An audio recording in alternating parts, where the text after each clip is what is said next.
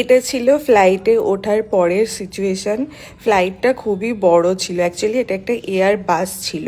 আমাদের সিট পড়েছিল ফ্লাইটের পুরো মাঝামাঝি বরাবর 18A B C ছিল আমাদের ফ্লাইট নাম্বার।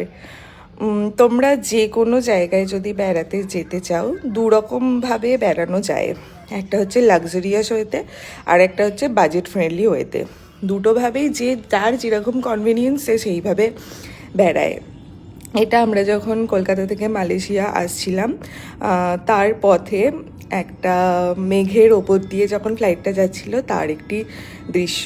এটা আমার যেহেতু উইন্ডো সিট পড়েছিল, এটাকে আমি খুবই উপভোগ করছিলাম, তারই একটা ভিডিও ক্লিপিংস আমি নিয়েছিলাম। মালয়েশিয়া এয়ারপোর্ট মানে কুয়ালালামপুর এয়ারপোর্টে আমরা পৌঁছেছিলাম ওখানকার স্থানীয় সময় ওই 4:30 মতো। তারপর ওখান থেকে আমাদের আবার ডেনপাসারের ফ্লাইট ছিল 9:30 মতো।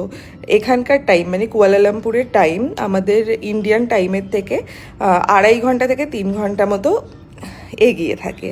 এটা ছিল আবার যখন আমি কুয়ালালামপুর থেকে ডেনপাসারের জন্য আসছিলাম তখন আমার ছেলে তো ঘুমিয়েই পড়েছিল আর আমি খুব বোর হচ্ছিলাম, বসে বসে ওরই ব্যাগে জেমস ছিল, সেই জেমসটা খাচ্ছিলাম।